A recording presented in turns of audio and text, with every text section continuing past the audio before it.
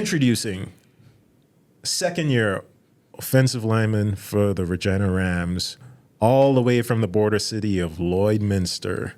I give you none other than Cullen Wagner. Cullen, welcome to the show. Well, thank you for having me here. It's great to have you, man. Yeah, no, it's exciting. So, I don't know, I haven't been on podcasts, I guess, since my class. So, Yeah. So, Cullen, you took some podcasting class. So now you were the host back then. yeah, now I'm the interviewee. So, Yeah. Well, just tell me off the top, what was taking a class like? it was pretty cool, actually. Like, it was definitely a different class from like your normal ones. Like Matt was a pretty cool teacher, obviously, as well, being like a younger guy and everything, and just with tech. But it was cool. Like, I always watch podcasts, like the New Heights podcast with Jason and Travis Kelce, stuff like that. I'm like, this would be cool to do. Sure enough, I got to do it.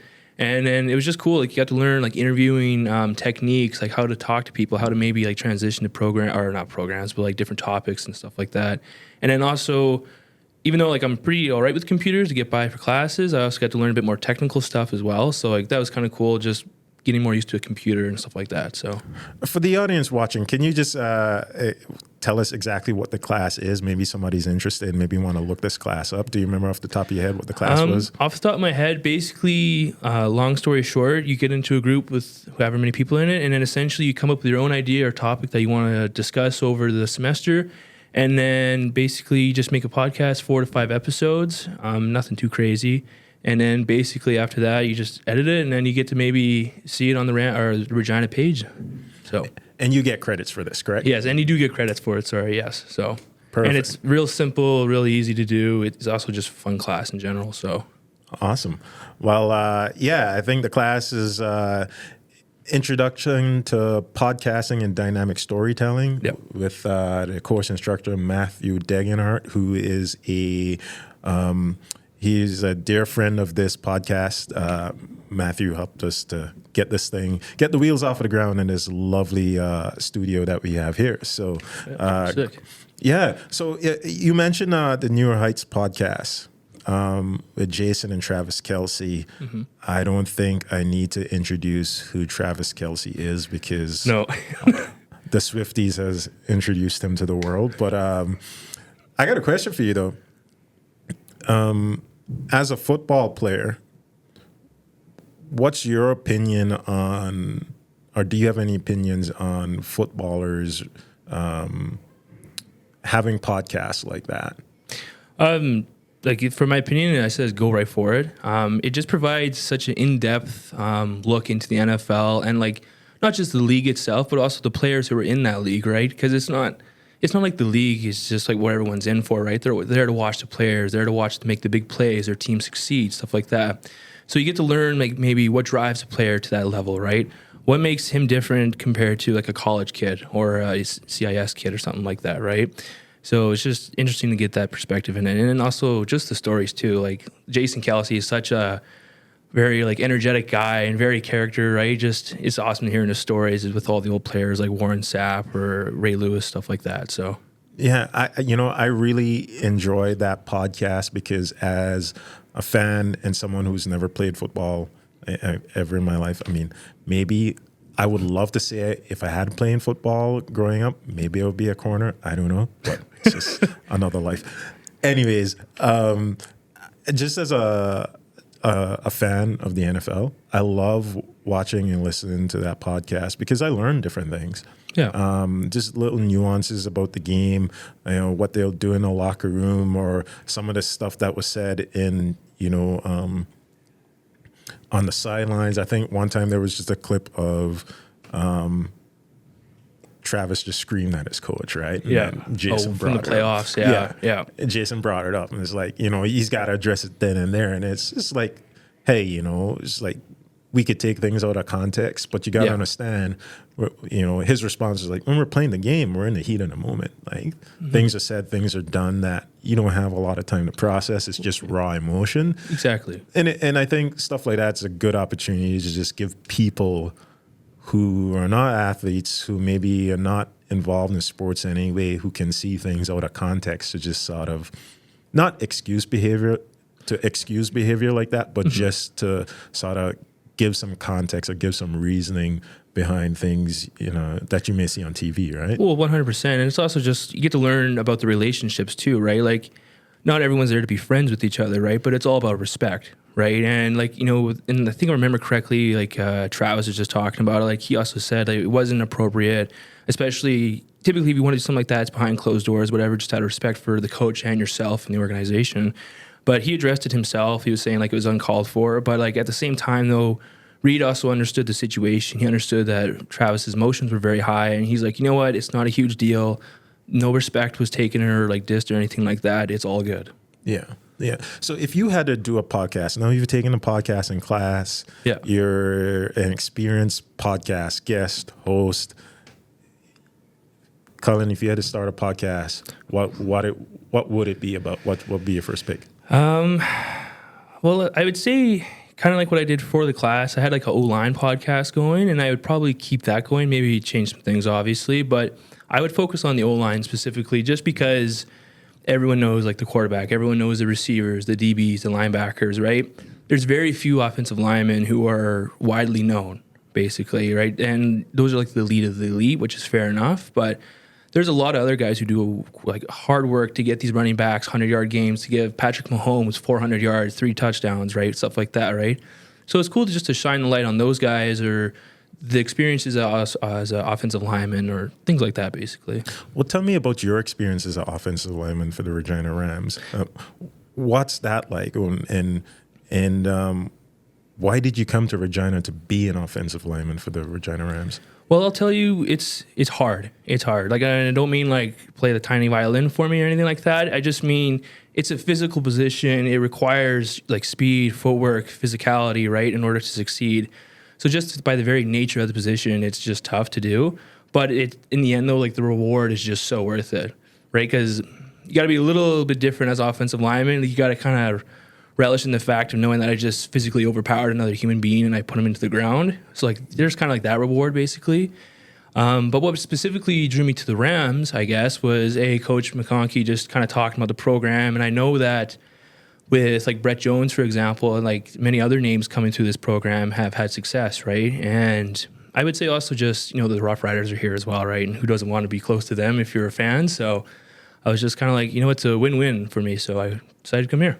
So are you a fan of the Rough Riders? Oh, yeah, big fan. So since when? Like that from birth? When? When did this happen? Geez, I would say, I hate to say it to be that guy, but I would say probably when they won the Grey Cup is probably like when my consciousness maybe kicked in for it. So I just remember back then I was a fan. And I also remember the coolest story ever actually as a small town kid is that the Grey Cup came to Lloyd and like there was a couple of the players, like I'm pretty sure Durant was there, a couple of other guys were there as well. And like you got to like sign with them, talk with them for a bit and take a picture with the cup. So it was pretty sweet. You got a picture with the cup? I did, yeah. Oh, my mom has it somewhere in her photo book, but it's there. So there we go. Well, I think we need to start winning more Grey Cups. The message to the Saskatchewan Rough Riders: please win more Grey Cups so that you can go on tours to these small towns, so that we can recruit great players like Cullen to Regina, because we turn them into Rough Rider fans, and then by extension, they come play for the Rams. How about that? Yeah, and honestly, Arthur, you're like 100% right. Like, I was playing football by then already, but it was just cool, like. As a young person, like or as a kid, you obviously kind of just think about maybe like the next video game, like Fortnite or whatever the kids are playing now. But it was just cool, like seeing that. You got to experience that. You got to experience eliteness, right, at a young age for us. So it was just kind of like, these are these guys, and this is what it takes. So, talking about experiences,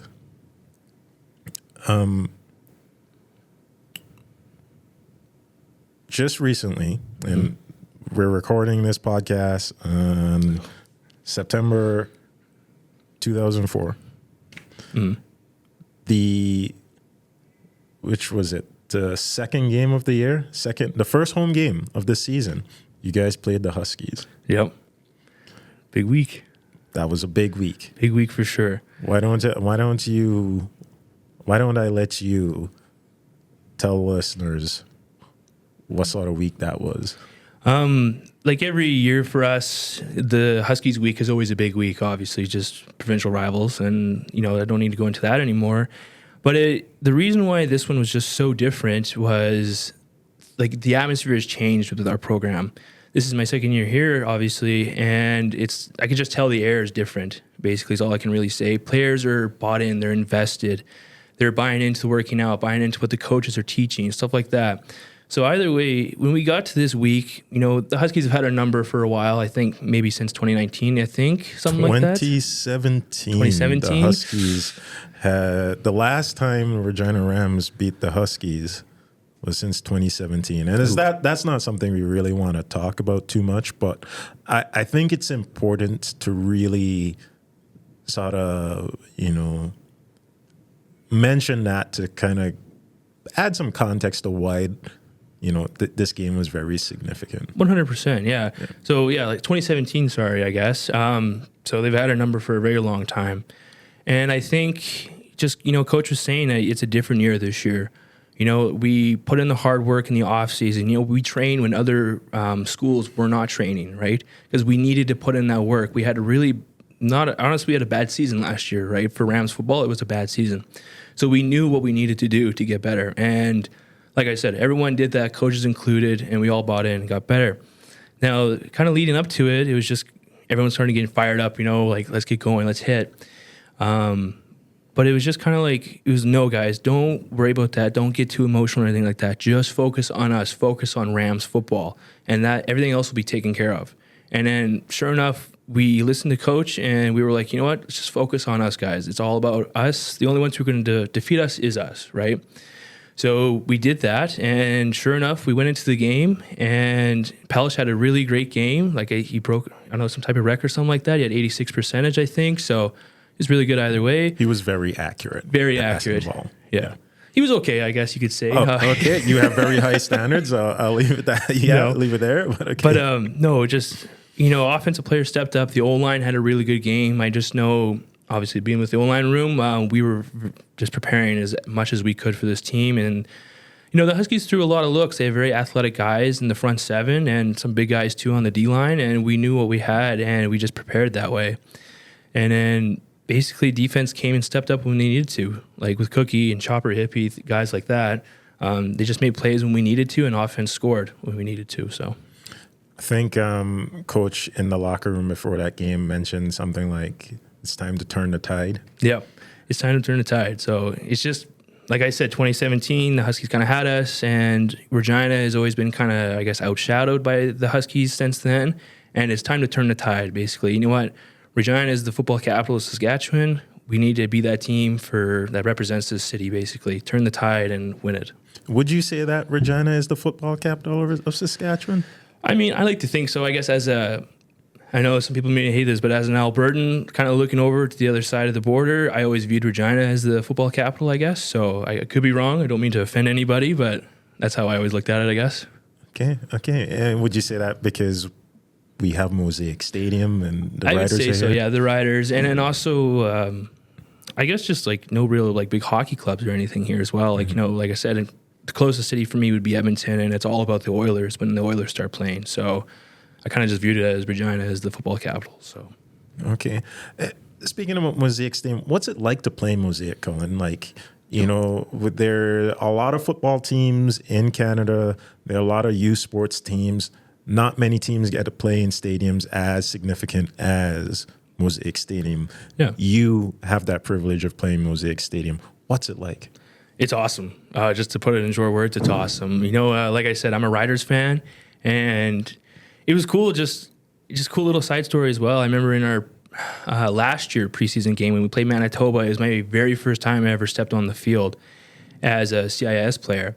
And even though it was preseason, it was still just cool. I got to walk out there. It was it was like getting pretty dark. The lights were on and everything. There was like a bit of like a fog in the air, a bit of like overcast. And I remember just stepping out, and it was just cool. Like everything was empty, but like everything was there at the same time. I don't know how to describe it. It was literally just, I could tell it was just me and the stadium, and it was like no one else was there. And so it was just a really cool experience. Like, wow, like I'm finally here.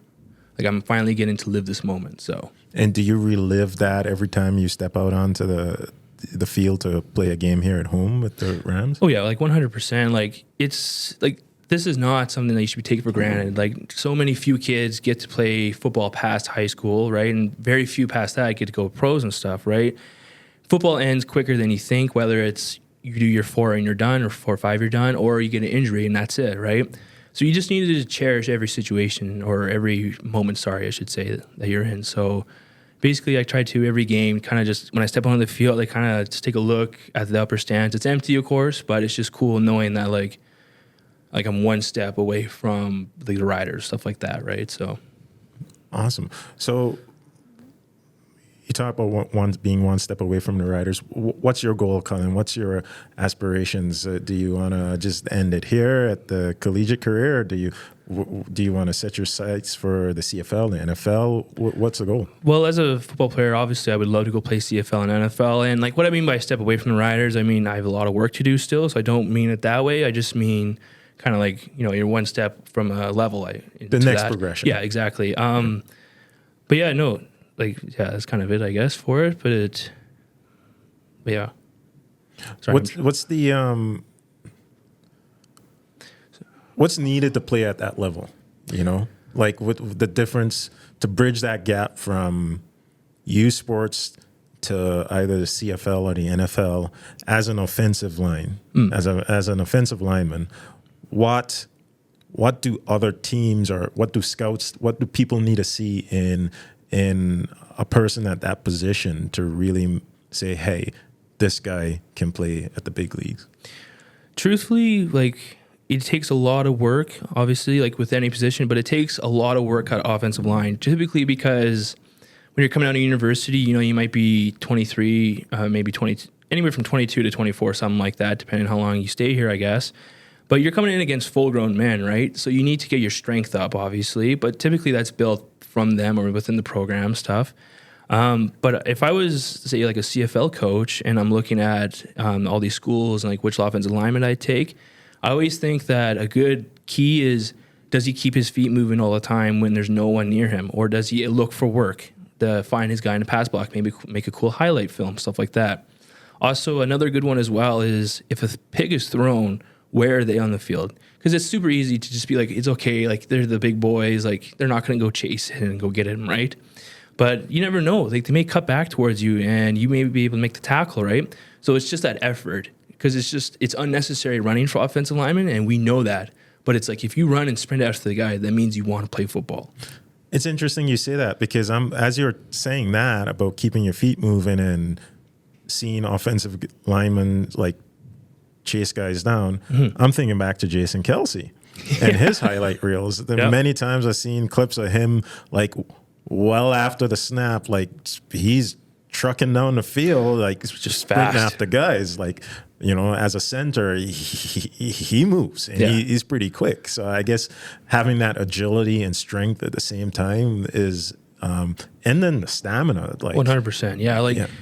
The offensive line is unique in the position that when there's offensive drive, you're never off the field. I mean, I guess quarterbacks too, but they're not blocking big guys the whole time, right?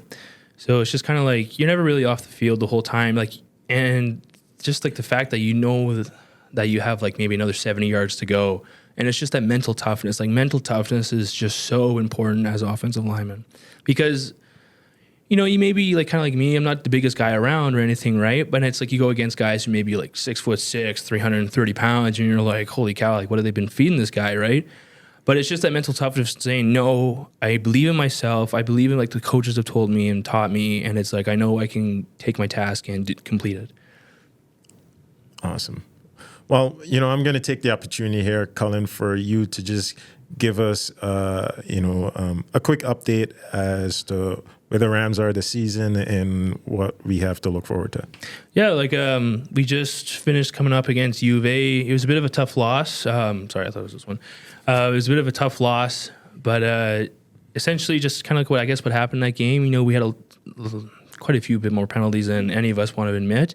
And we just made simple, silly mistakes, and U of A is just too good of a football team to be doing that against, and we paid for it. But outside from that negative note, we have another 4 games left in the season. This is the second half here. We're 2-2. Season's definitely not out or anything yet. Basically, it's up for us here to decide this week, do we want to invest this even more and dig deeper and keep going, or do we want to pull it out, I guess. So we have a good matchup this week against Manitoba. They're undefeated. This will be a really good test, I think. So You know, Manitoba's got a lot of steam behind them at the moment because this is sort of like the last dance for their head coach, who's been in the league who's been a long time. Yeah, and I get the sense they're kind of using that as fuel. I would agree with that as well. Like, it's something that unifies them, right? Coaches put a lot into them, and they probably want to return the favor for coach. Yeah. But that's another thing. Like, they're a really good team. They're a senior team this year, at least for the defense. And it's going to be another game where we just can't make silly mistakes and we can't bite ourselves in the butt or in the foot. Sorry. And it's just, if we do, then like Manitoba's going to take advantage of that and we're going to pay for it. So it's just like U of S week. Again, coach is saying the same thing. We need to play Rams football. We need to focus on us. Just take it one play at a time. You can't worry about everything else that's out of your control. You heard it from the guy, Cullen, right here.